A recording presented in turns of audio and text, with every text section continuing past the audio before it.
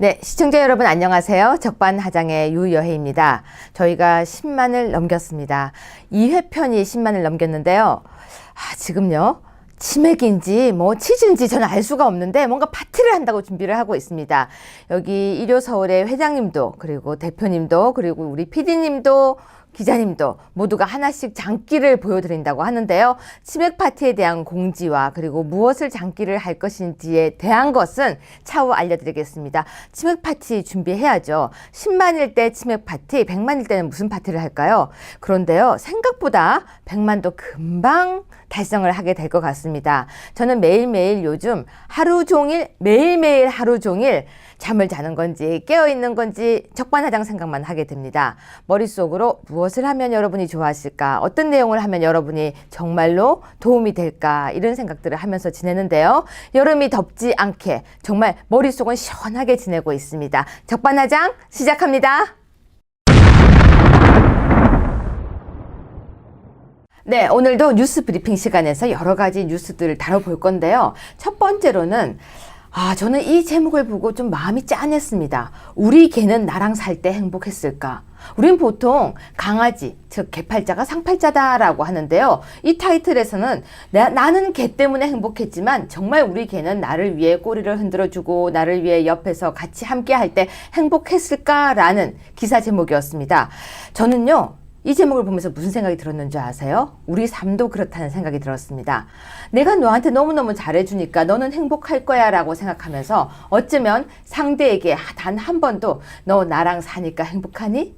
라고 이야기를 안 해본 거 아닐까요? 기자님. 예? 오늘 집에 가서 한번 물어보세요. 저 늘 물어보고 있습니다. 물어보면 뭐라고 대답해요? 늘 행복하다 합니다. 네, 지금 거짓된 진술 같기도 합니다. 진실된 표정으로 그렇게 네 나랑 사니까 행복하나? 이거 말고요.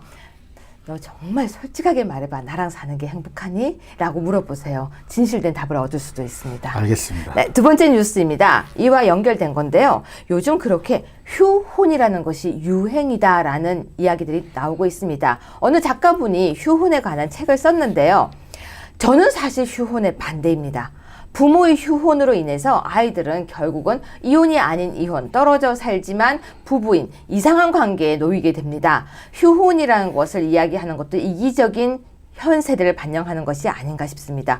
부부 함께 살다 보면 솔직히 미운 날도 있잖아요. 그럼요. 근데 그렇다고 해서 떨어져 지내게 되면 정말 합치기 힘들 것 같아요. 그럴 것 같습니다. 저도. 그래서 휴혼에 대해서 우리가 취재를 한번 나가야겠다는 생각을 했습니다. 세 번째 뉴스입니다. 종부세가 개편이 되는데요. 지금 현재 종부세 인상이 유력하다라는 기사를 봤습니다. 그런데요. 지금 가구당 순자산이 3억 8천만 원 정도가 대부분 부동산에 묶여 있다라는 기사를 봤습니다. 대부분, 국민의 대부분. 제가 무슨 말이냐면요. 우리나라의 모든 사람들은 현금보다는 부동산에 묶여 있는 경우가 많은데요. 이런 경우가 있었죠. 집을 사서 그 집에서 30년 살다 보니 그 집이 아주 올랐어요. 근데 나는 그 집밖에 없어요. 그런데 만약에 세금이 오른다면 이라는 가설. 근데 여기서 종합부동산세가 오르는 것은 아마 일가구에 여러 주택이 있는 것을 말하는 것 같은데요. 제가 여기서 말씀드리고 싶은 것은 대부분 부동산에 묶여 있는데 자꾸 부동산의 세금을 그냥 올리기만 해서는 안 될 것 같습니다. 대책 있게 정말 연구해서 서민들이 갖고 있는 재산, 즉 일가구 1주택, 살기 위한 집에 대한 세금은 정말 고려를 해야 될 것 같습니다. 다만 투자, 그리고 우리가 흔히 말하는 집 사는 거 말고 더 보유하고 있는 사람들에게 세금을 부과하는 것은 찬성합니다. 네, 그런데요. 정말 집에 재산이 묶여 있다면 그건 내 돈일까요? 아닐까요? 누가 그러더라고요. 내 집은 은행집이라고요. 해외여행이 작고 쇼핑액이 크면요. 100% 세관에서 휴대폰 검사를 한다라고 합니다. 그렇기 때문에 이제 왔다 갔다 자주자주 여행을 하신 분들이나 아니면 면세점에서 물건을 산 분들 100% 휴대폰 검사를 받게 된다고 하니까요. 이 부분 알고 계셔야 될 것 같습니다. 무단으로 대리운전하다가 적발되어도요. 이건 퇴출당할 수가 있기 때문에 예를 들어서 학생 이것만 들고 한국 공항에 가서 좀 운반해줘 라고 하면요. 안 돼요. 저 안 할 거예요 라고 해야 되고요. 나이 드신 어르신들 외국 여행해서 돌아오실 때 가끔 우리 딸이 유학생인데요. 이 물건 공항에 좀 전달해 주세요 하면은 또 나이 드신 분들이 그래 하고 들고 운반하시는데 마약, 금 또는 이상한 약품 또는 해구신 등을 운반할 수 있다는 거 꼭 아셔야 합니다. 진짜 큰일 나요. 운반하다가 걸려도 본인도 책임이 있다는 거 아셔야 됩니다. 운반하다가 몰랐어요 라고 해도요 절대 안 됩니다. 자, 증거 없애려고 휴대폰을 바다에 버려도요 요즘 잠수 요원까지 동원해서 다 건져 올린다고 합니다. 핸드폰에요 가끔 스스로 셀카로 야한 사진 찍는 분들 계신다고 하는데요. 핸드폰은요 부셔도 렌즈에 돌려도 물속에 빠뜨려도 다시 복구가 된다고 하니까요. 내 핸드폰은 내 핸드폰이 아니다라고 생각을 하셔야 됩니다. 오늘 여러 뉴스 훑어봤는데요. 진짜 재밌는 뉴스가 있습니다. 당신이 식스팩 복근을 만들어야 하는 진짜 이유라고 하는데요. 오 기자님, 예. 왜 이 기사를 보면서 이렇게 긴장하고 계십니까? 오 기자님, 심각합니다. 제가 이걸 들고 나온다고 하니까 기자님이 갑자기 이렇게 약간 부들부들 떨고 계신데요. 다음 주부터 이제 식스팩 복근 만들기 프로그램에 들어가셔야 돼요. 아, 그래요? 근데 누구 할까요? 여기서 찝어보세요. 누구누구가 있으면 다 같이 하는 겁니다. 다 같이요? 다 같이요? 네, 그럼 다 같이 여기 계신 5명의 남자분들 배를 먼저 촬영한 뒤 이제 변화 과정을 다 녹화를 해야 되겠는데요. 이게 이유가 있어요. 이게 멋있으려고 하는 게 아니라면서요. 보니까 저도 이번에 처음 알았는데 네. 이게 뭐 동물 같은 경우는 배를 보여주는 게 복종의 의미라고 하더라고요. 아, 강아지. 근데 이제 사람들은 이제 뭐 요즘 자랑거리가 되기도 하지만 그것도 건강을 말해주는 저기 거라고요. 혹시 기억나세요?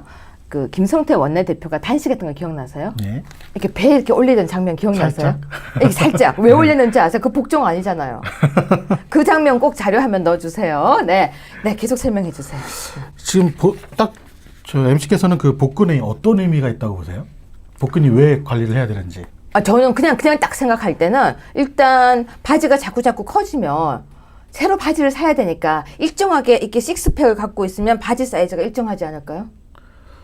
그것도 맞긴 하죠. 근데 사실 요즘 보면은 네. 복근이라고 하는 게 좀 멋이나 이렇게 몸매 이쪽에 강조가 되어 있잖아요. 근데 사실 알아보니까 복근을 관리를 해야 되는 이유가 건강을 위해서라고 합니다. 그것도 어떤 건강이냐면 내장기관을 보호해주는 그 역할을 복근이 바로 하고 있다고 합니다. 아, 그러면 이게 말랑말랑할 경우에는 내장 기관이 덜 보호될 수도 있군요. 그렇죠, 상대적으로. 예. 근데 이거 제가 이제 이게 다 방송에 나가도 되는지 모르겠지만 실제로 있잖아요. 물렁물렁하게 살이 이렇게 많은 경우에 지방층이 되게 두꺼워서 수술방에서 수술할 때도 힘들대요. 또 실제로 복근을 제대로 관리 못할 경우에 탈장의 원인이 된다고도 합니다. 탈장까지요? 예. 그러면 정말로 복근이 필요한 거네요. 그렇죠. 근데 예. 이 복근이 만들어지는 과정이요. 이게 왜 근육 모양들도 이렇게 있는데 그냥 만들어지는 게 아니고 이 복근마다 또 이름이 있어요. 전 복근이 이렇게 다양한 근육이 있는지 사실 이번에 처음 알았습니다. 아, 근데 식스팩 만들 수 있겠어요? 참 보니까 이제 헛소리밖에 안 나는데요. 왜요? 이렇게 운동을 이렇게 하면 된다고 돼 있는데. 문제는 그걸 꾸준히 해야 된다는 게 문제죠. 그러면 이제부터 우리 시청자를 위해서 매일매일 배를 촬영하는 거예요. 제가 이렇게 항상 줄자로 이렇게 둘러서 재고 오늘 몇 센치. 비공개로. 아니죠. 제가 그걸 공개적으로 해야지. 우리 방송이 살아있는 방송이죠. 그런데 제가 진짜 이거는 학번도 제가 높잖아요. 예. 걱정돼서 하는 얘기인데 허리가 둘레가 이렇게 늘어나고 나면은 건강도 안 좋아진대요. 예, 아까 보여라. 제가 뭐 내장기관을 보호한다는 말도 했는데 복근이 약해지면 배설이나 빈뇨에도 문제 생긴다고 합니다. 아, 복근이 그런 영향도 미치게 되는군요. 예. 그런데 우리 기자님 제가 체중은 공개를 하지 않겠지만 사실 이게 허리 사이즈가 그 바지가 좀 크죠? 크죠. 근데 좀 힘들지 않으세요? 예? 이게 걸어 다닐 때. 걷는 건 좋아해서 다행히 힘들진 않습니다. 아, 그래요? 우리 내일 제주도 가잖아요. 예. 제주도 바닷가에서 달리기 한번 찍으려고요. 누가 제일 빨리 달려오나? 어때요? 뭐 하시죠. 우리 그거 할까요? 5,000원씩 다 얹어놓고 뛰어와서 누가 다 가져가는지. 먼저 가져가나. 먼저 가져가나. 그것도 재밌겠네요. 사람들 보면 화면에서 재밌어 하지 않을까요? 네. 그거 꼭 합시다. 근데 복근은요, 정말로 이제 뭐 우리가 초콜릿 복근, 식스팩 이렇게 이야기하지만 뭐 보기 좋은 것도 있지만 건강에도 이렇게 비만적인 뱃살은 좋지 않다고 합니다. 뿐만이 아니라 움직이는 것도 힘이 들고요. 또 건강에도 고혈압에도 또 이렇게 복근이 내장 지방이 많은 경우에는 건강도 해친다고 하니까요. 우리 여러분도 오 기자님과 함께 6주 완성 복근 식스팩 과정 한번 시작해 봅시다. 다음 주 월요일부터 시작하려고 하는데요. 제가 이렇게 식단을 짜오려고요. 그래서 뭐 먹었는지 체크를 하나하나 해보려고 하는데요. 얼마나 좋습니까? 건강도 챙기고 메모도 챙기고 그리고 방송도 찍고 그쵸? 네. 네, 그런데 바로 이어서 밥 사주는 누나 무슨 얘기입니까? 아, 요건 이제 최근에 종영한 드라마 이야기입니다. 밥 잘 사주는 예쁜 누나죠. 거기 두 네. 주인공이죠. 원래 우리가 보통 밥 사주는 남자 선배라는 얘기는 있었거든요. 네, 대학교 때 혹시 많이 사줬나요? 많이 사줬죠, 후배들을. 후배들이 뭐라고 하면 사줬습니까? 뭐 다른 이유 없습니다. 뭐 후배들 와서 잘 때 되면 알아서 오더라고요. 그래서 그냥 자연스럽게 이렇게 하는 거죠. 걸어오죠. 예. 그런 왜 그런지 아세요? 왜요? 후배 눈에는 선배가 식권이거든요. 근데 오면 제일 먼저 하는 이야기가 선배님 배고파요. 많이 하죠. 그렇죠. 그런데 오빠 배고파요가 더 좋나요? 선배님 배고파요가 더 좋나요? 사실 개인적으로 저는 오빠라는 소리를 많이 못 들어봐서 실제로 그런 사례가 좀 없었습니다. 대부분 선배. 저희는, 대부분 선배. 네, 저희는 호칭을 거의 통일을 했습니다. 통일해서 네. 그런데요 그 오빠 말에 너무 속지 마세요. 그냥 오빠 하면 나이 드신 분들이 그냥 갑자기 지갑을 막 여시는데요. 그 오빠에 속아서 지갑 털린 분들 많거든요. 오빠라고 부른다고 해서 속지 마세요. 아, 전 절대 속지 않습니다. 네, 밥 사주는 누나, 이쁜 누나가 정말 이쁜 누나가 드라마를 했었는데 그 당시 인기가 최고였죠. 예, 지금 뭐 한 드라마 지난 것 중에는 뭐 뷰수가 100만 건이 넘은 것도 있습니다. 정말 인기였네요. 상당히 부럽더라고요. 네, 보신 적 있죠? 저는 이걸 솔직히 보지 못했습니다. 그 당시에. 예, 예. 근데 이번에 방송 준비하면서 잠깐 봤나요? 그러니까 지나가는 것들은 봤는데 네. 또 개인적으로 여주인공이었죠. 손예진 씨를 워낙에 좋아해서 네.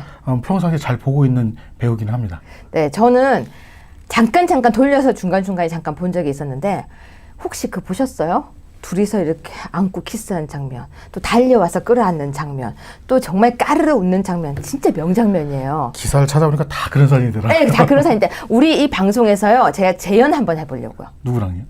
오 기자, 저하고 아니고요. 오 기자님하고 PD하고 어때요? 아. 그 밥 잘 사주는 누나 재연해서 여러분한테 점수를 받는 거예요. 왜요? 방송 설마 시작할 그 때 장면 여러 개를 다 이렇게 안고 이렇게 올려서 이렇게 앉아. 그래가지고 그 장면을 연출했을 때 여러분의 시청자의 반응을 보겠습니다. 댓글이 걱정됩니다. 근데 뭐든지 한다고 하셨잖아요. 뭐 그건 당연하죠. 원래요 방송을 위해서는요 뭐든지 하는 거예요. 아시겠죠? 예. 이제 제가 밥 잘 사주는 누나를 왜 했냐면요, 이 장면 몇 컷을 이렇게 해서요 다시 재현하는 영상을 만들어서 보여드리겠습니다. 여러분 기대하셔도 됩니다. 근데 밥 잘 사주는 누나가 좋습니까? 아니면 밥 사달라고 하는 후배가 좋습니까? 밥 잘 사주는 누나가 좋을 것 같은데요. 네, 밥 잘 사주는 누나가 좋다고 합니다. 제가 나가서 냉면 사드릴게요. 네, 조금 있다가 냉면집으로 이동하겠습니다. 오 기자님, 냉면집 가죠? 예. 네, 갑시다. 예.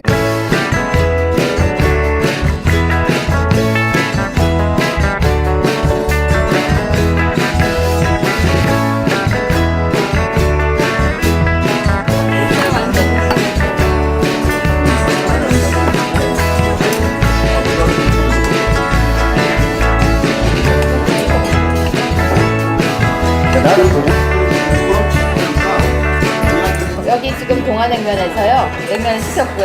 일단 만두는 그냥 평범한 만두예요. 이게 맛이 아주 아주 좋거나 그런 건 아니고 그냥 평범한. 일단 진짜 맛있어요. 근데 제가 지금 만두를 먹는 동안에 우리 오 기자님이 냉면을 투입하고 있어요. 지금 정준기 변호사님이 소심하게 냉면 먹는 거 보이시죠? 잘못해가지고 다 섞어버렸어요. 빼야 되는데. 큰일 났다. 오 기자님 어때요? 맛있다고 하는데요. 이거 이게 물냉면 맞아요? 네. 안 매워요?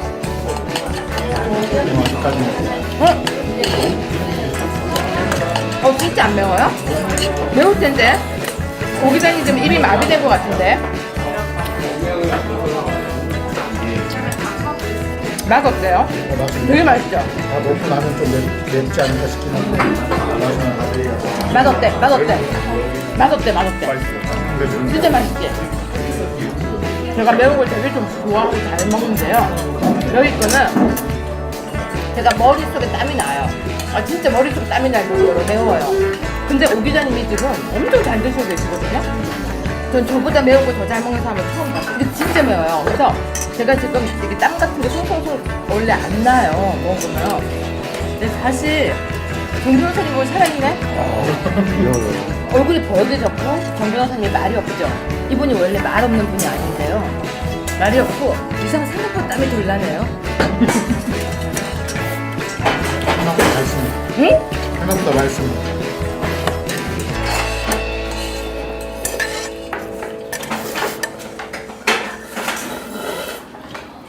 너무 양이 적은 것 같아가지고. 모르겠어. 맵지? 네, 진짜 죽어. 아 진짜 맵다니까 여기가 진짜 매워. 동네 분식점 쫄면을 먹는 듯한 느낌인데 약간 그 아주 고급스러운 평양냉면, 함흥냉면 그 맛이 아니고요. 동네 시장통에서 아줌마가 막 비벼준 듯한 맛. 그러니까 고급진이 아니고요. 친숙한 맛. 그러니까 옛날에 그 밀가루 떡볶이의 뒷맛 이런 맛 그런 맛이에요. 매운 거 못 드시는 분은 둘 중에 하나예요. 물냉면을 시키시고 양념을 빼주세요라고 하거나 아니면 드시지 마세요. 그쵸? 진짜 맵죠? 양념장 한 숟갈씩 더 넣어주게 할까요? 사랑하는 만큼 넣어주기. 면이 2배는 된 것 같아요 지금. 저는 한 입에 한번 드셔보세요. 아까보다 양이 점수, 많다. 냉면 점수 5점 만점에 진짜 여기는 2배는 되는 것 이거 같아요. 한 입이면 먹겠다. 왜냐면 아까도 계속 얘기하지만 특별한 건 아니지만 맛있게 먹는 그래서 4.3 앞으로 계속 보시면은 저희가 점수를 매길 건데요. 이제 오늘 첫 방이라서 이 정도 찍었지만 다음에는 다 같이 점수를 드는 뭔가를 해보겠습니다. 제가 먹는 걸 좋아해요. 그래서 맛집을 계속 찾아다닐 건데요. 싸고 그러니까 풍성하고 싸고 그러면서도 뭔가 독특한 집들을 찾아다녀 보겠습니다. 어떤 곳을 갈지 여러분 기대해 주셔도 좋을 것 같습니다. 추천해달라고 하세요. 맛집 추천하고 싶으신 분들 또는 혹시 가게를 하시는 분들 여기 오세요라고 댓글 남겨주시거나 아니면 여기 메일 주소 여기 메일 주소로 남겨주시면은 저희가 그렇게 방문도 하겠습니다. 우리 적반하장 방송은요 여러분들과 항상 함께 소통하는 방송입니다. 그러니까 댓글 남겨주시거나 아니면은 댓글보다는 메일 주소로 보내주시는 게 더 빠를 것 같습니다. 우리 오 기자님 오늘 밤에 설사하는 거 아닌지 모르겠어요. 지금 오 기자님 약간 배가 부른다 지금 배가 부른다. 근데 입에 불 안 나요? 그렇진 않아요. 여기는 땀 흘리고 가고요. 이분은 지금 다음 주부터 다이어트 들어가야 되는데 오늘 너무 먹은 게 아닌가 싶습니다. 그게 있구나. 네, 다음 주부터 식스팩 시작하겠습니다. 여러분 제주에서 만나요. 네, 정준길 변호사님과 함께 오늘은요 정말 본인의 전공과도 똑같은 이야기를 한번 나눠보려고 합니다. 아유 변호사님. 네, 안녕하세요. 오늘은 어째 의상이 시원하십니다. 네, 저기 제주도 갈 생각하니 해서 파란색으로 입고 왔습니다. 내일 제주도 가서 수영도 하실 겁니까? 수영요? 네. 반바지 입고 갈 계획입니다. 솔직히 말씀드리면 수영 못 하실 것 같은데. 저 수영하는 거를 잘 봐요. 그러니까 수영 못 하시죠? 누가 수영을 잘하는지 제가 정확하게 감별을 합니다. 그러니까 수영 못 하시죠? 그렇죠. 아니 뭐 질문을 하면은 질문에 대답을 하셔야지.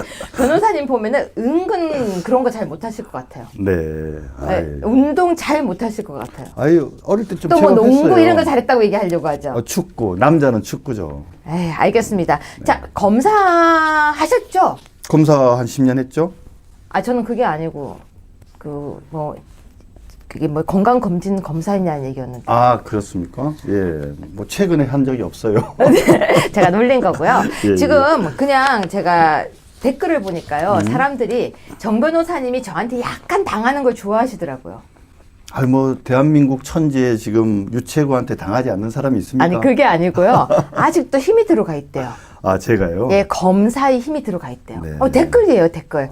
제가 댓글 다 읽는데 네. 아직도 약간 그 검사의 약간의 그런 우리가 흔히 말하는 그게 뭔지 아세요? 잘 모르겠네요. 그게 그 안에 계셔서 모르는 거예요. 그렇구나. 우리가 흔히 얘기할 때 검사들 약간 밥맛 없는 게 있어요. 네. 왜 제가 대놓고 밥맛 없다고 표현했냐면요. 영감님이라는 소리를 너무 어릴 때부터 들었죠. 근데 사실 그 영감님이라는 단어는 저 일제시대 때 썼던 거고요. 그런데도요, 어르신들이. 최근에는 사실은 영감님이라는 단어를 안 쓰는데, 이게 이제 어원이 뭐냐면, 영감이 하여금 영자에 감독할 감자에서 영감이라는 게 원래 벼슬 직책 이름이었어요. 그렇죠.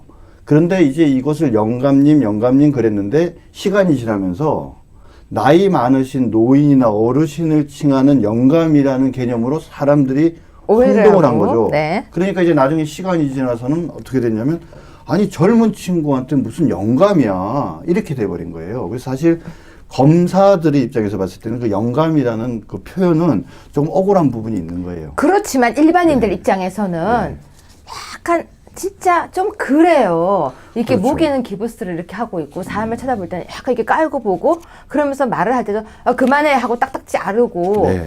그랬는데 제가 검사에 대해서 나쁘게 폄하하려고 하는 게 아니라 보통 일반 국민들이 볼 때는 검사는 어렵고 무섭고 무겁고 그리고 또 공부도 잘했고 그러면서 그 사람들은 일반 마음을 잘 헤아리지 못하는 사람들이라는 생각이 좀 있었어요. 뭐 일리가 있는 말씀. 또 맨날 말할 때마다 취조하듯이 하거든요. 아 그런가요?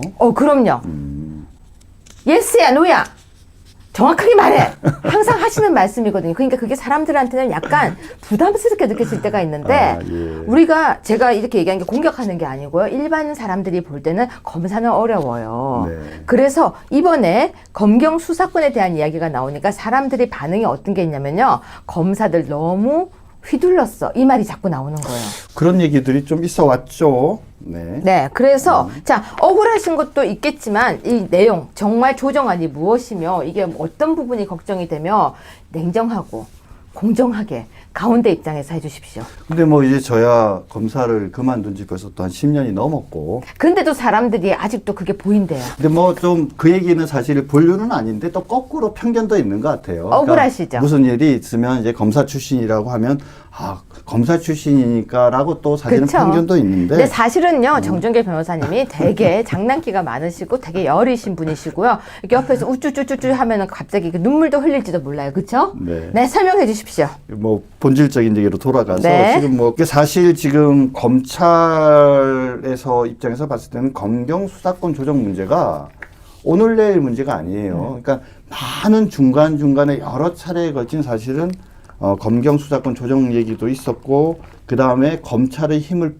뺀다라고 하면서 다양한 사실은 제도 개혁들이 있었는데 그런 많은 변화와 제도 개혁이 있었는데 전부 다 잊어버리고 다시 또 뭐 마치 처음부터 뭔가 검경 수사권을 조정하자라고 한다든지 또는 검찰의 힘을 빼야 된다 이런 어떤 얘기들을 하시는 분들이 계시기 때문에 검찰 입장에서는 좀 억울할 수는 있지만 아무튼 방금 지적하신 것처럼 전체적인 대세가 검찰의 어떤 기능을 좀 축소 내지는 인권 그렇죠. 보호적 기능 또는 견제적 기능으로 바꿔야 된다라는 큰 시대적 대세에 아직은 못 미치기 때문에 그런 문제가 있는 것 같은데. 이 부분을 그러니까 예. 현행이 어떻다는 걸 조금만 설명해 주시겠습니까? 그래서 지금 네. 이제 제일 관건이 뭐냐면 이제 수사 종결권인데 수사 종결권이라는 것은 뭐냐면 이제 뭐 고소가 되던 고발이 되던 또는 수사기관에서 자체적으로 수사를 시작하던 관계없이 최종적으로 수사를 종결할 수 있는 거나 그러니까 기소를 하든지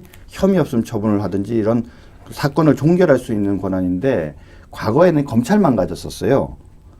그런데 이제 여기에 대해서 경찰도 수사 종결이 가능하도록 이번에 이제 조정이 됐고. 그럼 잠깐만요. 과거에는 사건을 종결시키는 거는 검사만 할 수 있었는데. 그렇죠. 그러니까 쉽게 설명했을 때 그렇죠. 사건 종결은 검사만 할 수 있었는데 현재는 지금 바뀌는 법안은 무혐의가 판단이 되면은 경찰도 종결을 할 수 있다고 했잖아요. 그렇죠. 그러니까 기소 의견으로 송치를 하거나 옛날에는 무혐의 의견으로 송치를 했었죠. 근데 지금 이것은 뭐냐면 기소 의견이라고 생각되는 사건은 송치를 하고 무혐의라고 생각되는 사건은 송치를 하지 않고 사건을 종결한다. 이런. 그럼 여기에서 제가 한 가지 문제점을 지적해 보겠습니다. 1단계를 거쳐서 2단계까지 검사까지 올라가면서 두 번을 재고할 수 있었는데 네. 지금은 어떤 사건이 경찰 단계에서 마무리가 돼버리면 검사는 보지도 못하고 그 사건이 죽어버릴 수도 있는 거 아닌가요? 그래서 이제 사건 수사 진행이 고소고발 사건이 있고 또 직접 수사기관에서 바로 직접 시작하는 인지 사건이 있는데 고소고발 사건 같은 경우에 만약에 경찰에서 무혐의 판단을 하면은 거기에 대해서 이의 신청을 할 수 있게 돼 있고, 이의 신청을 하는 거는 지금으로 치면은 항고랑 비슷한 거죠. 그래서 그렇게 되면은 이제 검찰에서 그 사건을 다시 판단할 수 있게 되고, 그 다음에 인지사건이라고 해서 경찰이 자체적으로 종결하는 사건도 자체적으로 종결은 하지만 네. 그 기록을 복사를 해서 검찰에 참고자료로 넘기게 돼 있는 거죠. 네. 그러면 검사가 예전처럼 기록을 보다가 뭔가 좀 문제가 있다라고 하면은 거기에 대해서 다시 수사를 할 수 있는 어떤 그런 좀 보완적인 장치는 마련을 한 것 같고요. 근데 과연 본인의 사건이 아닌데 검사가 그것까지 다시 봐서 문제점을 발견까지 할 수 있는 여력이 있을까요? 그러니까 지금은 자연스럽게 검사가 봐야만 하는 건데, 그러니까 의무죠. 그죠. 지금 만약에 지금 바뀐 것은 검사가 의지를 가지고 보지 않으면 말씀하신 것처럼 사장될 가능성도 있죠. 자, 여기서 저는 합리적인 의심을 하나만 해보겠습니다. 그러면 만약에 우리가 흔히 말하는 경찰을 잘 만나고 못 만나고의 여지에 따라서 조금 바뀔 수 있는 유도리의 구간이 생길 수도 있겠군요. 그렇죠. 지금은 그래서 검찰이 수사지휘권을, 수사종결권이나 수사지휘권을 통해서 좀 더 직접적으로 경찰을 컨트롤하거나 견제할 수 있는데, 이제 상대적으로 경찰한테 이제 이런 재량권을 주게 되면 그 과정에서 약간 자의적인 판단의 가능성도 있는데, 뭐 또 경우에 따라서는 경찰이 과거 해방 이후에 또는 60년대에 그런 속칭 사람을 때려서 뭐 하던 그런 어떤 경찰이 아니기 때문에 또 잘 할 수도 있다고 봅니다. 다만 이런 검찰이 거기에 대해서 사후적으로라도 보완할 수 있고 또 견제하고 문제 제기할 수 있는 또 권한들이 주어졌기 때문에 경찰 입장에서는 뭐 사실상 달라진 게 뭐가 있냐 또 이렇게 얘기하는 분들도 아니, 계시거든요. 그런데 여기서 왜 기사에는 인권을 보호하기 위해서라고 나오고 있는 거죠? 지금 이 수사에 가장 중요한 것은 기둥은 두 가지예요. 하나는 인권 보호 기능이고, 네. 하나는 범죄로부터 이 국민들을 보호하는 기능, 네. 이 두 가지가 제일 중요한 거거든요. 근데 결국 이 과정에서 경찰이 뭔가 검찰의 견제 또는 통제에서 벗어나서 본인들이 의사결정을 할 수 있다라고 생각하면 권한이라는 것은 남용되게끔 되어져 있지 않습니까? 네. 속성상. 그럼 그 과정에서 어떤 인권이 침해될 가능성도 있고, 그 인권 침해가 지금보다 더 발견되기 어려울 가능성이 있다. 아니, 그런데 지금 이 법을 만든 이유는 인권을 보호하기 위해서라고 하고 있거든요. 그래서 저는 오히려 약간 이게 취지와 결과가 충돌되는 게 아닌가라는 생각이 들었어요. 아, 근데 또 뭐 저는 사실 뭐 이게 또 그럼 예를 들면 경찰은 인권 침해 기관이고 검찰은 인권 보호 기관, 그건 아니지 않습니까? 아니죠. 견제를 할 수 있는 게 좀 더. 제 생각에는 경찰의 수사 과정이라는 건 굉장히 민간인들은요, 경찰에서 수사받는다는 게 사실 굉장히 두렵고, 그리고 뭔가가 겁나는 그런 과정이거든요. 그 되게 오히려 좀 경찰의 어떤 수사권 주시는 거에 대해서 반대하시는 것 같은데. 저는요, 반대가 아니라 저는 텐션이 있어야 된다고 생각하는 사람이에요. 그러니까 지금 뭐냐면 텐션의 기능은 사실은 뭐 거꾸로 얘기하면 지금 검찰이 제대로 된 인권 보호의 기능과 관련해서 그런 것도 제대로 해왔는지에 대해서는 저는 사실 의문이에요. 그러니까 네. 검찰이 사실은 인권 보호 기관이어야 하는데도 불구하고, 그리고 경찰을 견제하고 법원이 또 자의적으로 재판권을 남용하지 못하도록 견제하는 기능을 제대로 해야 되는데도 불구하고 본연의 기능을 하지 않고 뭔가 뭐 거악을 척결하겠다고 하면서 앞장서서 수사를 하다가 오히려 인권을 침해하는 이런 경우들도 많이 있었거든요. 그래서 그런 면에서는 지금 기본적으로 수사권을 경찰한테 주고, 그 다음에 검찰이 경찰과의 관계에서 견제와 통제 기능으로 한 발짝 뒤로 물러나게 하는 것은 바람직한 거라고 보고요. 그런 면에서 그럼 수사권을 경찰한테 주는데 수사 종결권을 경찰한테 주지 않고 검찰이 전부 다 거머쥐고 있다라고 한다면은 사실은 이거는 경찰한테 수사권을 주는 게 아니죠. 그렇기 그렇죠. 때문에 경찰한테 혐의 없음 처분을 할 수 있는 권한을 주는 건 맞는데, 거기에 맞게 아까 말씀드린 또 몇 가지 이의 신청을 받아서 또는 기록을 받아서 검토를 해가지고 문제 있는 것은 다시 수사를 할 수 있는 또 기능을 통해서 검찰한테 그렇죠. 그런 견제 기능을 준 거니까 검찰이 그런 견제 기능을 제대로 행사를 해야 된다라고 보는 거죠. 그렇죠. 그래서 저는 걱정이 되는 겁니다. 우리가 보통 해야 한다와 하라는 것과 할 수 있다, 해야 한다는 굉장히 다른 거잖아요. 네네. 근데 과연 검찰이 그 기능을 제대로 잘 활용할 수 있을지에 대한 저는 정말로 걱정과 우려를 보내고 싶습니다. 그렇죠. 뭐 적절한 지적이신 것 같고요.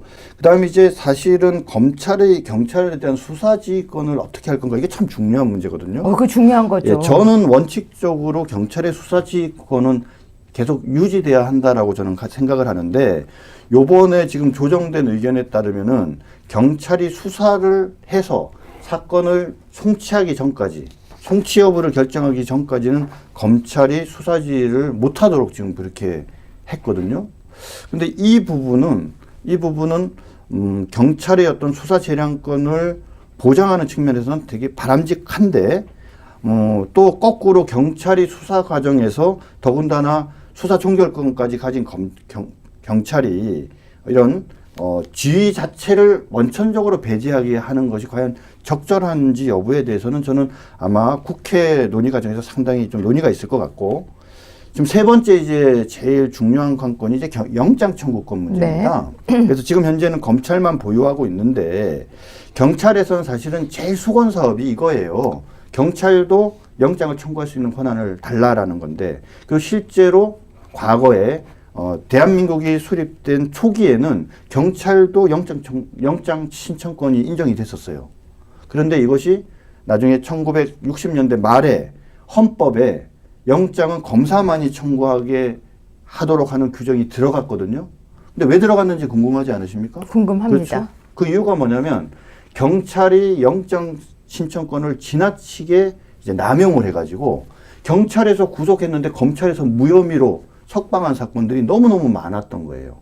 그리고 자의적인 경찰 수사를 하면서 막 영장 신청권을 남용을 한 거죠. 네. 그래서 이 영장 신청권을 남용함으로 인해서 생기는 폐해가 너무 크다 보니까 어떤 인권보호기관인 그리고 경찰 통제기관인 검찰만이 영장을 청구할 수 있게 해야 한다라고 해서 그것이 헌법적 결단으로 현재 헌법에 들어가 있는 거거든요. 그래서 지금 이 영장 청구권 문제는 단순하게 법을 바꿔서 되는 문제가 아니라 사실은 헌법을 개정해야만 되는 경우이기 때문에 그래서 이번 조정에서도 검찰만 보유하는 걸로 하고 다만 그럼 검찰이 제대로 경찰이 영장 신청을 했을 때 항상 올바르게 하느냐 사실 그게 아닐 수도 있지 않습니까? 그렇기 때문에 이번에는 만약에 검찰이 부당하게 영장을 기각하거나 청구를 하지 않는 경우에는 경찰이 영장심의위원회에 그 이의를 할 수 있도록 그렇게 새로운 어떤 그 절차나 제도를 만들어 둔 것 같습니다. 네, 근데 저는 검찰과 경찰의 관계가 검경이라고 이야기를 하고 있는데 네. 이제 시작이라고 전 봐요. 그렇죠. 이걸 시작으로 지금은 우리가 검경이라고 하는데 분명히 검경이냐 경검이냐 얘기도 나올 거예요. 네, 그렇죠. 연고전 고연전 싸움 아시죠? 네. 분명히 나옵니다. 검경이 아니라 경검이다. 검경이다. 나올 거고요. 호송과 인치에 대한 것도 분명히 문제가 되지 않을까요? 뭐 말씀? 호송과 인치.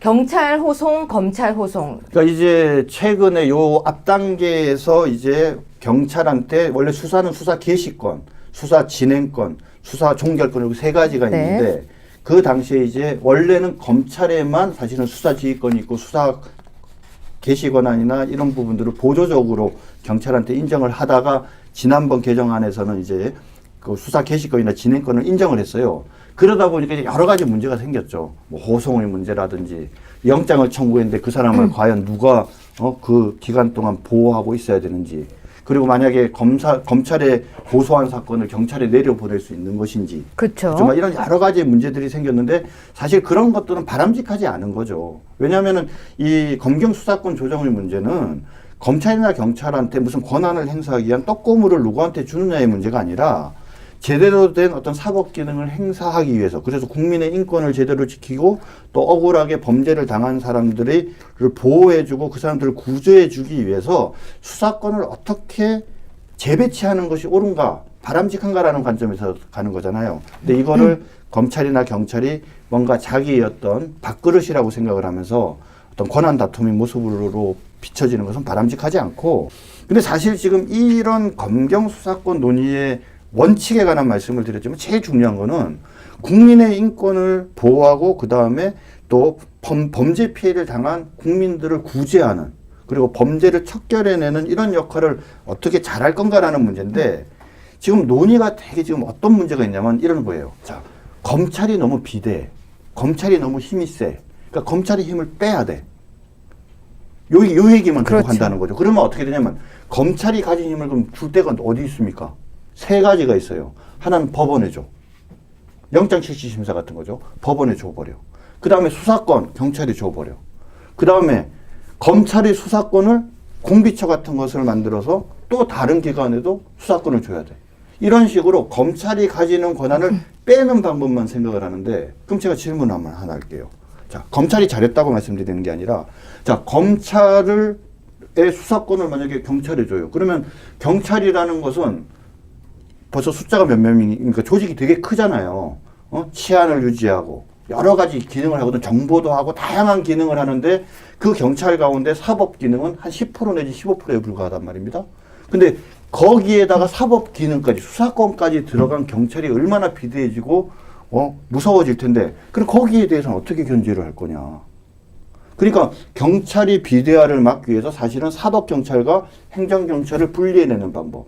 그리고 경찰이라는 조직이 중앙조직을 중심으로 한 그런 어떤 체제가 아니라 자치경찰제가 실시돼서 권한을 나누는 것. 이런 여러 가지들이 함께 이 수사권 조정의 문제와 같이 논의가 되어져야 되는데 검찰에서 힘을 뺏는 얘기만 자꾸 하다 보면은 본질이 흐려지고 나중에 시간이 지나면 더 무섭고 더 무서운 경찰을 수사권을 가진 수사권까지 가진 경찰이라는 더 큰 괴물을 국민들이 만날 수 있다는 거죠. 우리는 보통 어떤 균을 잡기 위해서 그 백신을 만들어요. 네. 그래서 그 균을 잡아요. 근데 그 백신에 반응하기 위해서 다른 균이 다시 생겨서 그럴 수 있죠. 정말 잡기 힘든 경우가 있는데요. 지금 우리가 목표가 무엇인지 무엇을 향해 가는지를 정확하게 한번 짚어야 될 것 같은데 검찰의 힘을 빼기 위해서 어느 한 곳으로 힘을 주게 되면요. 결국은 한쪽 풍선에 힘을 누르면 한쪽에서 터지는 문제도 발생할 수 있습니다. 풍선 효과 같은 게 있습니다. 그런데 저는 여기서 류스트라다무스가 될게요. 네. 예언 하나 할게요. 네, 네. 자, 우리는 뉴스에서 지금 말씀드리고 싶은 건요, 검경의 문제가 아닙니다. 전 분명히 민간조사업이라고 하는 탐정 문제, 네. 그러니까 흔히 우리가 뭐 홈즈, 탐정, 뭐 이렇게 뭐 그 민간조사업을 말할 때 탐정이라고 하는 그런 제도가 있는데요. 분명히 이제 슬금슬금 법안 통과해야 한다고 나올 겁니다. 그렇죠. 경찰이 뭐 수사하는데 또 보조 인력 인력 부족이죠. 필요하고. 그러니까 인력이 부족하다. 그래서 갑자기 뽑아서 그 인력을 수요를 다 맞추기 힘들다. 그럼 어디서 메꾸느냐? 분명히 조직을 기다리고 있습니다. 민간 조사업들이 지금 불법적으로 성행하고 아니 있거든요. 근데 그럼 민간업자들이 뭐 경찰처럼 수사기관처럼 수사를 할 수 있게 해줄 수는 없잖아요. 아니죠. 그 법안 못 보셨습니까? 네. 민간 조사업 법안을 보면요. 거의 그러니까 어디 지위에 두느냐, 경찰 밑에 두느냐, 아니면 네. 법무부 밑에 두느냐 이렇게 여러 개의 안이 있거든요. 네네. 통과되지 못한 게 서로 밥그릇 싸움 하느라고 통과가 못 됐었어요. 예. 근데 만약에 경찰 밑으로 들어가게 되면요. 네. 수사권 비스무리하게 네. 경찰 밑에 조직으로 들어갈 수 있게 만들 거예요. 네, 네. 그럼 그렇게 되면 무엇이 폐해냐면요. 첫 번째, 우리가 지금은 경찰에게 무효로 우리가 뭐 신고를 하거나 가서 의뢰를 할 수 있는데 경찰들이 밑으로 보낼 경우에는 민간조사업을 만나서 돈을 내고 아 돈을 내고. 지불해야죠. 지불하고 사건을 의뢰해야 됩니다. 그런데요, 여기서 돈이 있는 사람들은 많은 민간조사업자들을 확보해서 많은 자료를 확보하고 할 수 있겠지만 돈이 없는 사람들은 결국은 수사 과정에서부터 시작해서 밀리는 이런 게임이 될 수 있거든요. 네, 그럴 수 있겠네요. 되게 심각한 건데 제가 과거에 한 4년 전에요. 민간조사업법을 막기 위해서 토론을 한 적이 있었는데요. 네, 네. 민간조사업을 크게 이제 통과하고 싶어 하시는 분이 계셨어요. 근데 그분이 이거 불법 아니라는 거예요. 오감으로 하는 거예요. 아니, 제가 이거 그러면은 어떻게 불법을 하지 않고 조사하시겠습니까? 잘못하면은 개인 정보라든지 그런 게 불법적으로 하게 되는 거 아닙니까? 라고 네. 하니까요. 저한테 이렇게 말했어요. 오감으로 조사를 하겠습니다. 네. 촉각, 후각, 시각. 미각, 시각. 제가 하도 어이가 없었어요. 아니요. 그냥요. 촉감으로 하시죠. 이러고 감으로 하시죠. 라고 비웃은 적이 있었는데요. 경찰들도 인권에 대해서 가끔은 우리를 아프게 할 때도 있습니다. 근데 민간 조사업까지 확대가 되게 될 경우 우리 인권을 지켜줄 수가 없습니다. 인권을 지켜야 한다는 이유로 실제로 인권이 더 아파하는 것이 아닌지 고민해봐야 되고요. 검경 밥그릇 싸움에 국민들만 새우등 터지는 거 아닌지 모르겠습니다. 네, 그래서 요 사건, 요것과 관계해서 한 가지 꼭 또 우리 시청자 여러분들이 좀 생각해 봤으면 좋겠는 게 지금 정부에서는 그러니까 고위공직자 비리 수사처까지 지금 만들려고 하고 있어요. 그래서 공수처요? 예, 네. 최종적인 어떤 이 수사권 조정의 완성을 경찰에게 수사권을 주고 그다음 검찰은 보충적 수사권을 갖고 그다음 공소유지를 하고 그다음에 뭔가 특수한 사건 같은 경우 이목이 집중되는 사건을 과거 중수부는 폐지하고 오히려 공수처를 둬서 이제 하려고 하는데 한번 이런 경우를 한번 상상을 해보자고요. 그러니까 견제와 균형은 참 좋은 개념이라고 저는 생각을 해요. 근데 그것이 혹시나 과잉이 되면 어떻게 될까? 무슨 말이냐면 뭐 A라는 뭐 회사나 사람을 상정을 하잔 말이에요. 근데 이거를 경찰도 수사를 하고 검찰도 수사를 하고 그 다음에 저희 공수처도 조사를 해요. 그래서 내가 먼저 했다. 내가 더 중요 기관이다. 막 이런 걸 갖고 싸우면서 세 군데서 만약에 한꺼번에 조사를 한다라고 쳐봐요. 이 세 기관 중에 누가 이거를 수사해야 되는지에 관한 조정이 그렇게 쉽겠습니까? 쉽지 않죠. 그리고 본인들이 더 조사를 잘하고 수사를 잘하는 것을 보여줘야 본인들의 밥그릇이 커지기 때문에 더 악착같이 잘하려고 수사를 할 거예요. 그러면 어떤 문제가 생기냐면 A라는 사람이 A라는 기업에 똑같은 내용을 3번 압수수색 당하고 똑같은 내용을 3군데 가서 조사를 받아야 되는 이런 상황들이 생길 수가 있습니다. 그래서 여러 논리들 가운데에서 뭔가 견제와 균형을 통해서 여러 개의 수사기관이 있는 것이 어떤 권한 남용을 막고 그다음에 오히려 국민들을 인권을 보호하고 실체적 진실을 발견할 수 있다라는 주장을 하는 분이 계시는데 그것이 곰곰이 생각을 해보면 정말 단견이다. 그래서 저는 뭐 요번에 이 수사권 조정 문제는 기본적으로 이렇게 가야 되는 거지만 특검을만 하고 공비처를 하고 이런 거는 말 그대로 예외잖아요. 정상적인 국가에서 정상적인 경찰과 검찰을 가지고 문제를 해결해야지 자꾸 이런 별도의 조직을 만들려고 하는 것 이거는 적어도 이번 정기국회에서 좀 관철이 안 됐으면 좋겠다라는 생각을 하고 있습니다. 기본법이 있는데 특별법 자꾸 만드는 거 그렇죠. 문제 많거든요. 문제 많죠. 근데 그 문제의 결과가 뭔지 아십니까? 검사도 판사도 그 아무래도. 법이 있는지를 모르고 엉뚱한 법을 적용하는 경우가 그렇죠. 있었거든요. 예, 예, 여러분 그렇죠. 잘 아시는 나연희 사건. 그렇죠. 그랬었습니다. 자, 견제와 균형 과잉이 되면요. 저는 변호사님은 우아하게 그 이야기를 해주셨지만 저는 한마디로 마무리해드리겠습니다. 네. 죽도 밥도 안 된다. 네. 맞죠? 네. 변호사님 그 뒤에 준비한 게 있는데 시간이 너무 긴데 이건 다음에 하는 게 어떨까요? 그렇죠. 네. 그러면 오히려 이 사건 관계에서 하나만 좀 더 말씀드리면 그러면 하나 더. 이 예. 국민들이 지금 관심이 많거든요. 지금 우리 조국 수석께서 좀 저는 좀 이해하기가 어려운데 지금 경찰에서 조사를 받고 과거에 검찰에서 또 조사를 한 거는 딱 이유가 하나예요. 뭐냐면 그 조서의 증거 능력 문제 때문에 그렇거든요. 무슨 말이냐면 경찰에서 A라는 사람을 불러서 조사를 해서 딱 받아서 조서를 냈는데 나중에 법원에 가서 아니 그 내용 제가 말한 거랑 달라요 이렇게 한마디만 하면은 그걸 증거로 못 써요.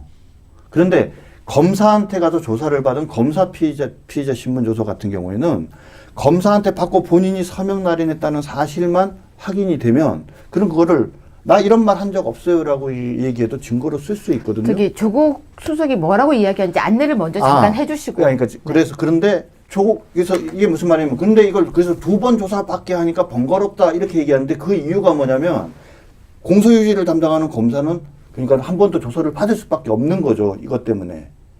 그러면은 2번 조사받는 문제를 해결하려고 하면 어떻게 해야 되냐면 형사소송법을 바꿔야죠. 그래서 증거 능력에 대해서 그러니까는 검찰과 똑같이 경찰의 조서에 대해서도 증거 능력을 인정을 해주든지 아니면 같은 수준으로 만들든지 이렇게 해놔야 이중의 수사가 안 되는 거잖아요.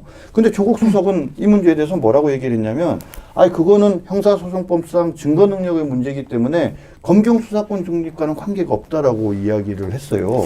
저 알아요. 왜 그랬는지. 왜 그럴까요? 제가 얘기해 드릴까요? 이게 검사를 하셨고, 네. 지금 현재 변호사를 하시고, 실무를 하시고, 법정에 나가시잖아요. 네네. 과거에 조사도 해보셨고. 그렇죠. 조국 수석께서는 원래 조국 교수님이셨어요. 그렇죠. 조국 교수님은 실제로 법정에서 그 부분에 대해서 조사를 해보신 적이 없습니다. 네. 저 역시 학자지만요. 학자는 책상 앞에서 굉장히 공부를 잘해요. 네. 하지만 실무에서 이게 어떻게 운영되는지는 네. 그게 책상 앞에서 공부한 것과 네. 책으로 배운 것과 실무는 완전 다르다는 거 아시죠? 그렇죠. 다르죠. 여러분 우리가 많이 하는 얘기 있죠. 키스를 책으로 배우면 안 된다는 거. 똑같은 겁니다. 책으로 배워서 그렇게 이야기하는 거고요. 그렇기 때문에 실무에서 그런 어려움이 있다는 걸 들어도 이해가 안 가는 거예요. 네네. 그런데 전 질문이 또 생겼어요. 조국 교수님은 학교 휴직하셨는데 휴직이 이렇게 오래 안 되거든요. 그런가요? 근데 지금 이거 연구년도 아니고 아니 어떻게 계신 거죠? 이게 무슨 특혜 아닌가요? 갑자기 궁금해졌어요. 그럴 수 있겠네요. 이거 끝나고 전화 좀 해봐야겠습니다. 알겠습니다. 마지막으로 한 가지만 좀 더 말씀드리면 아까 그 경찰이 아까 말씀드렸지만은 경찰이 진짜 하는 역할이 많아요. 그 경찰이 한 20만 가까이 된다라고 저는 그렇게 알고 있는데 한번 아까 그 말씀드렸잖아요. 사법 경찰관이 수사에 관여를 하는데 사법 경찰관이 아닌 사람들이 있어요. 뭐 정보, 교통, 기타 등등 다른 데 관여하는. 그리고 경찰청장이나 또는 뭐 서장이나 이런 분들은 그걸 총체적으로 관할하는 분이 있기 때문에 그분은 속칭 말하는 사법 경찰관이 아니거든요. 근데 이런 분들이 거기 관여하면 안 되잖아요. 그래서 지금 뭐냐면 그것을 막기 위해서 그분들이 관여하지 못하게 하고 이걸 독립적으로 한다라고 하는데 가능하겠습니까? 사법경찰관이 맨날 사법경찰만 하는 게 아니잖아요. 교통도 하다가 정보도 하다가 또 사법경찰관에서 수사도 하는데 인사권이 목이 메어져 있잖아요. 그러면 이 분들이 아무리 법적으로 독립적으로 한다고 하더라도 과연 서장님이 이 사건 좀 관심 좀 가져 이러면 거기 그 말로부터 자유로울 수 있겠습니까? 아니죠. 그렇기 때문에 사실 이 수사를 담당하는 경찰관들은 기존의 조직으로부터 완전히 떼내야 된다라고 생각을 해요. 그래야 사법경찰관이 아닌 사람이 거기에 관여해서 사실상 영향력을 미치는 걸 막을 수 있거든요. 그래서 떼내서 독립적으로 해야 되는데 그것은 무슨 말이냐면 미국의 FBI 같은 걸 사실은 별도로 만들어야 된다는 거죠. 그래서 사법경찰관들은 거기서 떼내서 별도로 만들고 그리고 그 다음에 또 자치경찰제를 실시해서 또 쪼개놓고 그죠? 그렇게 해서 결국은 이 사람들을 사법경찰관들을 그 각 지역의 기초자치단체장 밑으로 넣던지 그리고 좀 더 큰 규모의 수사를 해야 되는 사람들은 오히려 지금 현재 자치행정부가 아니라 법무부로 옮겨와야 되는 거죠. 그래서 모든 일들이 원칙과 기준이라는 것이 있는데 우리가 지금 놓여져 있는 현상에서 과거에 검찰이 잘못하거나 너무 권한이 비대하거나 그래서 그것을 고쳐야 되는 건 맞는데 그런 문제를 고칠 때 원칙에 맞고 그것으로 인한 여러 가지 예상되는 문제점까지 종합적으로 고려할 볼 때 원래의 기본에 맞게 돌아가는 것이 전 답이라고 보고요. 그래서 요번에 그 정기국회 과정에서 이 수사권과 관계된 조정 문제를 할 때 저는 반드시 사법경찰관을 별도의 조직으로 만드는 이 문제에 대해서도 좀 깊은 논의가 있었으면 좋겠습니다. 네, 말씀을 듣다 보니 문득 이런 생각이 들었습니다. 잘못을 했다고 해경 해체를 했던 게 기억이 나네요. 그렇네요. 제가 가장 어이없었던 것이 잘못하니까 해경 해체였습니다. 해경이 잘했다 잘못했다 부분이 아니라 심도 있고 고민해서 나중에 어떻게 될 것인지까지 정말 유추하고 해석한 뒤에 하는 것이 그렇게 해도 문제점이 있을 텐데요. 문제가 있다고 해체하는 걸 보면서 이번에도 문제 있다고 밥그릇을 그냥 뺏는 모습을 보니까요. 그냥 걱정이 됩니다. 아유, 하실 말씀 많아요. 제가 볼 때는 이거는 계속 몇 번 다뤄야 될 것 같습니다. 네, 이제 나중에 정기국회에 가서 뭐 여러 논의들이 될 때 좀 하나하나 사실은 좀 붙잡고 이야기할 조금만 더 쉽게 설명해 주세요. 네. 왜냐하면 우리는 알고 있지만 시청자들은 지금 약간 할 수 있으니까 다음엔 네. 좀 더 편하고 쉬운 말로 설명을 해줄 필요성도 있을 것 같아요. 다음에는 예쁘게 차트를 딱 준비해서 그렇죠. 이렇게 딱 들고 앉아서. 보실 수 있게. 아니, 이렇게 딱 들고. 그렇게 하겠습니다. 이거 어떨 때 찍는지 아시죠? 아이 참. 이러고 딱 서가지고 이렇게 찍는 거 뭔지 아시죠? 네, 그 장면 하나 편집해서 넣어주세요. 고맙습니다. 예, 감사합니다. 네, 불타는 금요일입니다. 내일은 이제 또 주말 여러분 쉬실 수 있는 시간이 정말 쉴 수 있는 건지 아니면 다음 주를 걱정하면서 보내야 하는지는 잘 모르겠지만요. 그래도 오늘은 조금은 즐겁게 조금은 행복하게 지내십시오. 지금 제가 단어 몇 개를 한번 이야기해 보겠습니다. 포스코, 장하성, 개입, 아니다. 여러분 무슨 생각이 드십니까? 저는 아니다, 기다 이런 얘기를 잘 지금 언급하고 싶은 것이 아닙니다. 문재인 정부에서 이번에 인사 참사가 굉장히 많았습니다. 여러분 잊고 계시는지 모르겠지만요. 이렇게 하얀 머리 하고 계신 분 계시죠? 무슨 장관 하시는 분, 딸 국적 바꿨습니까? 그리고 탁 무슨 하는 분 아시죠? 탁 무슨 민. 그분 지금 그렇게 여성 비하 발언하고도 지금 청와대 계십니까? 그리고 다른 여러분들도 지금 문제 있었던 분들 많이 계신데요. 청와대에서 그 인사에 대해서 책임을 제대로 졌는지 모르겠습니다. 아까 이야기하다가 나왔었는데요. 조국 교수님 이제 교수님 하셔야 되는 거 아닌지, 학교에서 그렇게 오랫동안 휴직을 해도 되는 건지, 아니면 어떤 절차인지, 특혜는 아닌지 갑자기 왜 이런 걱정이 되는지 모르겠습니다. 인사에 대한, 그리고 예를 들어서 공기업과 그런 기업의 장을 내보낼 때 청와대는 어떤 경우도 개입을 하지 말기를 부탁드리겠습니다. 근데 제가 요즘 자꾸 솔솔솔 들리는 이야기들이 어떤 정부 부처에서 어떻게 했더라 카더라 뉴스가 들리고 있습니다. 저는 원래 카더라 뉴스를 좋아하지 않습니다. 가짜 뉴스를 정말 싫어하기 때문이죠. 하지만 그 가짜 뉴스 카더라가 조금이라도 진실임이 알려지게 되면요. 저희는 정말로 카메라를 들고 조사하러 갈 것입니다. 지금 두 군데 정보를 듣고 있는데요. 만약에 정부 개입설 또는 정부의 각 부처의 개입설이 들리게 되면요. 저희는 샅샅이 정말로 파헤칠 것입니다. 만약 정부가 인사에 개입을 한다고 하면요. 적반하장 유분수지 정부가 될 수 있습니다. 그렇지 않기를 정말로 기원드리겠습니다. 네, 한 주간 고생 많으셨습니다. 주말 잘 보내시고요. 그리고 월요일 날 다시 찾아뵙겠습니다. 고맙습니다. 잠깐만요. 저희 적반하장은 토요일, 일요일에도 가끔은 번외편으로 찾아갈 수 있으니까요. 여러분 계속 검색 눌러주시고요. 그리고 지금 공지 하나 나갑니다. 지금 보이십니까? 제가 이러고 있으면 알아서 넣어주시겠죠? 자, 보십시오. 적반하장 10만 회 조회 기념입니다. 여러분 참석하실 분들은요. 여기에 지금 보이시죠? 메일 주소. 메일로 여러분 참석을 원하신다고 이렇게 메일을 보내주십시오. 그러면 10만 회 기념 저희가 치맥 파티에 초대하겠습니다. 많은 분들 참가 여부를 메일로 보내주시기를 부탁드리겠습니다. 정말로 인사드리고 가겠습니다. 고맙습니다.